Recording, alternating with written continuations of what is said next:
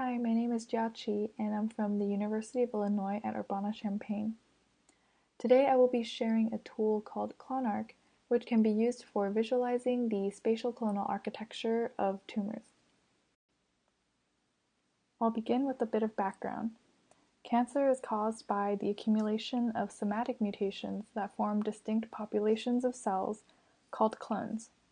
Here, each mutation is represented by a symbol, and each clone is represented by a different color. This process begins when one healthy cell obtains a mutation, and as that mutated cell replicates, more mutations are introduced into the mix, and we end up with something called intratumor heterogeneity. This process can be represented by a tree, which is one of the most basic visualizations for showcasing clonal evolution. In this example, vertices correspond to tumor clones, and the edges are labeled by somatic mutations. While this provides a qualitative view of tumor progression, it does not show prevalence or abundance of each clone. To overcome that limitation, temporal diagrams like fish plot or timescape illustrate the evolutionary relationships from a tree, in addition to clonal prevalence across time. These visualizations show broader trends in evolution or the population dynamics of a few clones. Finally, we have also seen spatial anatomical visualizations, which track clonal composition at each anatomical site after a tumor has metastasized. But these are based on biopsies from multiple separate tumors. There has yet to be a tool that tracks clonal composition in distinct spatial regions within a single tumor. We would like to introduce ClonArch, a tool for visualizing the clonal architecture in tumors based on spatially distinct biopsy samples from a single tumor. We hope that this tool can help us accurately estimate the genetic and clonal diversity in a tumor, facilitate clinical and biological interpretations, and overall gain a better understanding of treatment. Now that we've covered the background and related work, we'll dive into the data and methods for ClonArch, as well as the case study and simulations that we use to validate the tool. So the data we will be working with comes from bulk sequencing. In bulk sequencing, each input sample is a mixture of cells. The sequencing machine gives us short reads of the DNA from this mixture, and we align these short reads to a reference genome, typically the human reference genome.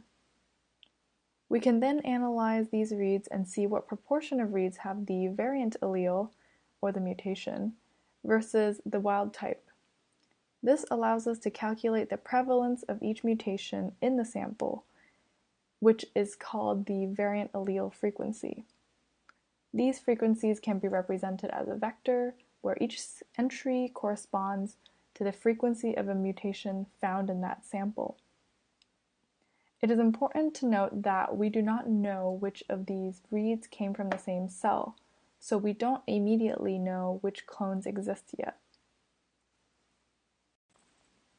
Since we want to know the composition of the tumor across multiple spatial regions, we will be working with multiple bulk sequencing samples from the same tumor.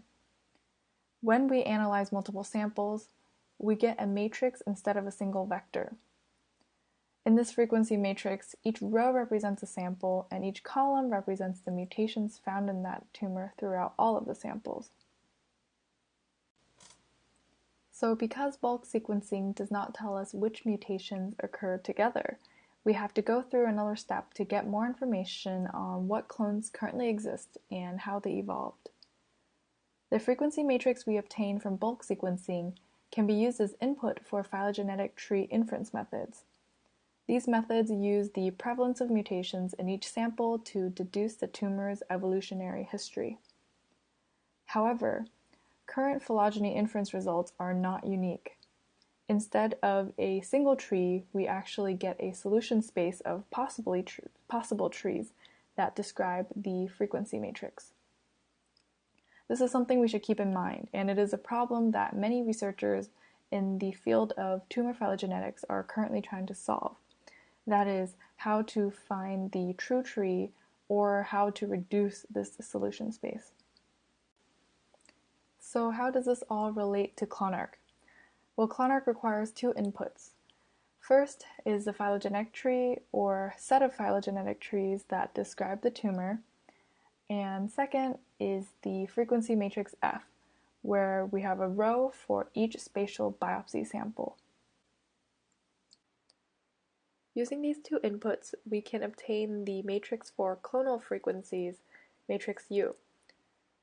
Each row here still represents a spatially distinct biopsy sample, just like matrix F, but now the columns represent the prevalence of a clone rather than the prevalence of a mutation.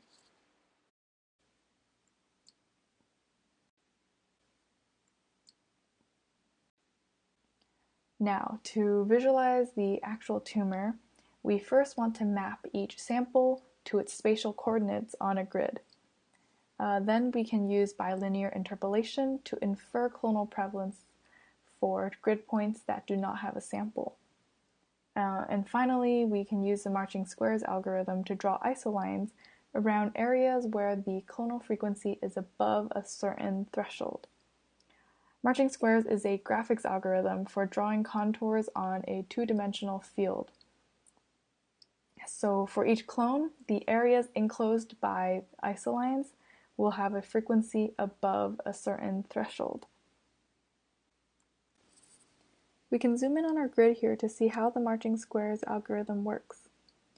The 4 grid points in this boxed example represent clonal prevalence values for the light blue clone at different samples or interpolated values. According to these values, only the top right corner is above the threshold of 10%.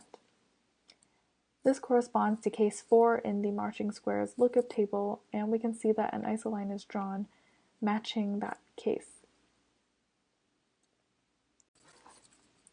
Now that we have covered the methods, we can dive into our case study. Here we look at a well-studied liver tumor from a 2015 PNAS paper of a 75-year-old male. The authors obtained 286 bulk sequencing samples from this tumor and provided a phylogenetic tree. This fulfills the 2 input requirements we need for ClonArch. The image from the paper marks each spatial region where a biopsy sample was taken from the tumor. So first, we map the biopsy samples to their nearest locations on a grid. These samples are represented by the black dots. Then we interpolate the missing values between biopsy samples, and these are represented by gray dots. The frequencies in the circular border around the tumor are set to 0. With every point on the grid filled in, we can use the marching squares algorithm to start drawing isolines outlining the presence of each clone. So let's walk through the web interface by exploring various analysis tasks. The first thing users see on the web interface is a phylogenetic tree on the left and its corresponding spatial distribution grid on the right. The set of isolines corresponding to each clone is assigned a different color from a qualitative color palette from Color Brewer. The color on the grid corresponds to the color of the clone on the tree. When more than one tree fits the data, we have a drop-down where users can select a different tree to view. Both the tree and the grid are interactive. This allows the user to analyze the spatial distribution and phylogenetic relationships of the clones. Clicking on tree vertices toggles visibility on the grid. And as mentioned before, the grid points are colored to indicate either a biopsy sample, which is black, or an interpolated value, which is gray.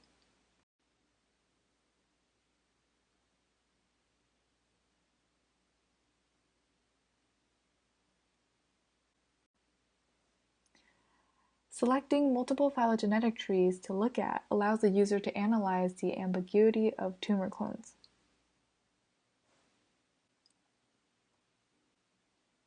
Zooming out, we see that there are 2 more ways to interact with the visualization on the web interface.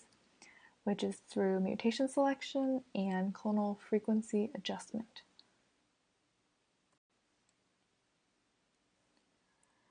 Users can select a subset of mutations to look at, and this selection can be driven by biological or clinical reasons, such as the driver status of certain mutations or the treatment potential.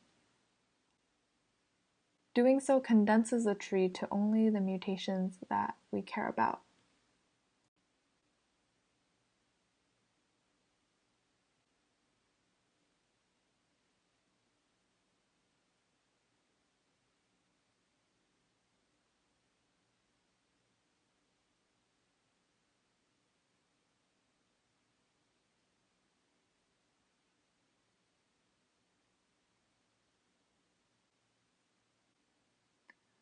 The user is also able to set the prevalence threshold using a slider for either individual clones or all clones simultaneously.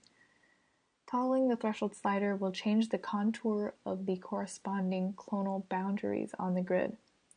In this example, we changed the threshold from 30% to 65% for one clone, which decreased the area of the clone. This example shows adjustment of the frequency threshold for all clones at once, going from 10% to 40%.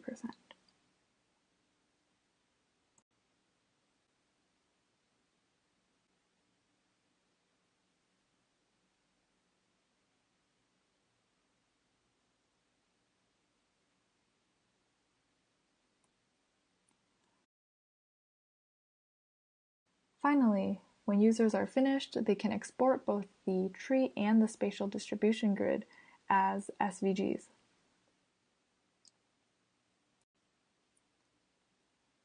Now, moving away from the case study, we know it's rare to find datasets with over 200 biopsies, so we developed simulations for smaller grids with a smaller number of samples.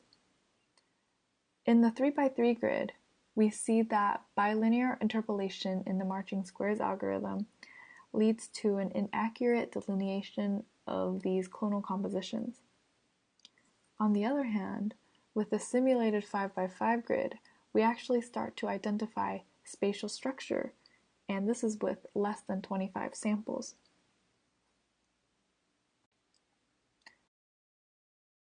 We also propose using ClonArch as a potential way to disambiguate between multiple trees. We look at two simulated examples here. On the left, we can see that clone J's parent is clone I according to the true tree.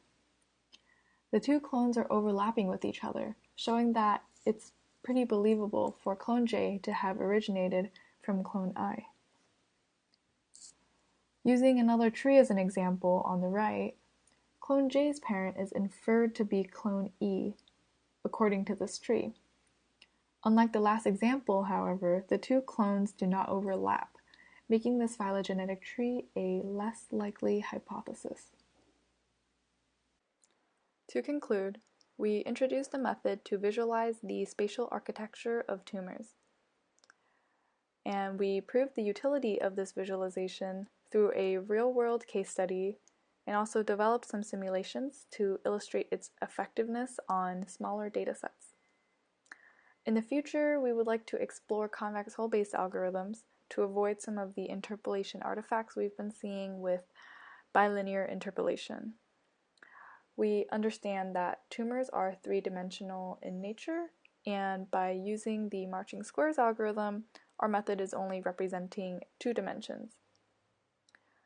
We want to add support for metastatic tumors by allowing users to examine different tumors at the same time, and also support for the time aspect, so users can analyze the dynamics of clonal composition through different time points, such as pre- and post-treatment. I would like to thank the members of the Al-Kabir group at UIUC for the valuable feedback they provided during the development of this tool. Thank you all for watching.